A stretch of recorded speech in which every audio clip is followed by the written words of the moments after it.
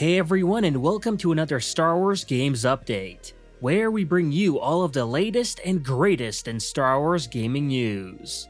Finally, the thing that many of us have been asking for a long time now has happened. And that is Knights of the Old Republic, the original game, of course being announced for the current gen. In addition to this, we also have some old classics to look forward to coming to retail stores, and we'll also talk about an OG Battlefront 2 dev leaving DICE, and as well some new screenshots of Hunters.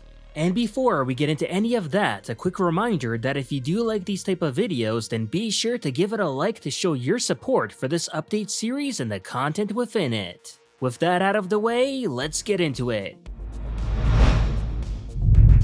Starting out with our first news story of the day, the game that many of us have been asking to be ported over to current-gen consoles will finally becoming a reality. As during the Nintendo Direct presentation on Thursday, Aspyr announced the official console port of the original Star Wars Knights of the Old Republic coming to the Nintendo Switch on November 11th. Now, seeing as Aspyr have been busy lately porting over classic Star Wars games to the Switch and PS4, along with of course developing the Knights of the Old Republic remake, then it's always been a bit odd that they never also ported the original KOTOR either, as that's still one of the highest profile classic Star Wars games even to this day.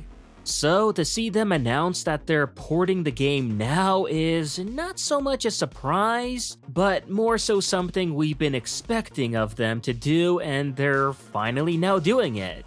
I will say though that the only surprising factor here is that the KOTOR port is only coming to the Switch and not PS4. Which, when you think about it, is kind of unusual here considering all of Aspyr's other ports have always been for both the Switch and PS4, not just exclusive to only one console. So this news will no doubt be somewhat of a disappointment for PS4 players who wanted to play the OG game, despite of course the PS5 getting the KOTOR remake later on. That said, I'm no doubt certain that we'll also be getting other classics like KOTOR 2 and maybe even Rogue Squadron eventually ported over as well, as it's clear that Aspyr is going through the entire catalog one game at a time, even if it may be at a slower pace than some of us may like it to be.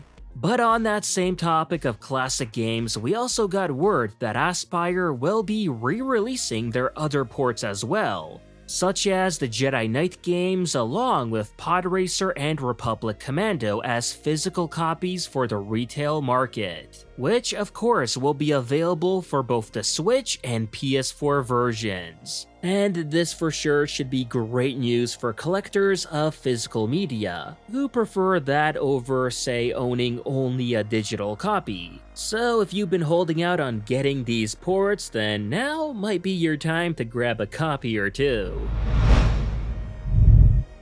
Well, it's Friday, and LEGO Star Wars Battles has officially released out to the public via the Apple Arcade. And to celebrate this, Apple even released a whole brand new short trailer to get folks excited about the game. And hey, you know, also entice those to subscribe to Apple Arcade in order to play it. But either way you look at it, it's clear that Apple are taking LEGO Battles somewhat seriously, and that's nice to see. Especially for a game that was originally cancelled and never to be played again. A little late on this, but we've now seen yet another Battlefront 2 OG dev announce his departure from DICE. And we're talking about Christian Johannesson, who was the main dev in charge of designing the weapons you all know and love within both EA Battlefront titles. As last week he revealed that after 10 years with the company, he's now officially leaving DICE. And with that, he's now the third OG Battlefront team dev who's left the studio, with design director Dennis Brandville being the first who left after the news hit of EA ending Battlefront 2's support, and of course second being Guillaume Raz, the hero designer who departed DICE not too long ago either. And yeah, it's always a shame to see, but we wish Christian the very best in his future endeavors. Lastly, we've got some new screenshots to show for the upcoming Star Wars Hunters, which confirms the inclusion of a Hoth-based arena map, plus of course some more shots of the Tatooine arena, which by now is looking like it will be the main flagship map of the game. And while I know not everyone is thrilled for this game due to it also being on mobile devices, I still think once we get some serious gameplay footage of it, then that may change some people's minds. Personally, I'll be playing it on my Switch console with my Xbox controller, so it's no doubt going to feel like just another Star Wars console game, at least for me. Maybe that's why I'm excited for it, as I'm just looking forward to playing yet another new Star Wars console game again.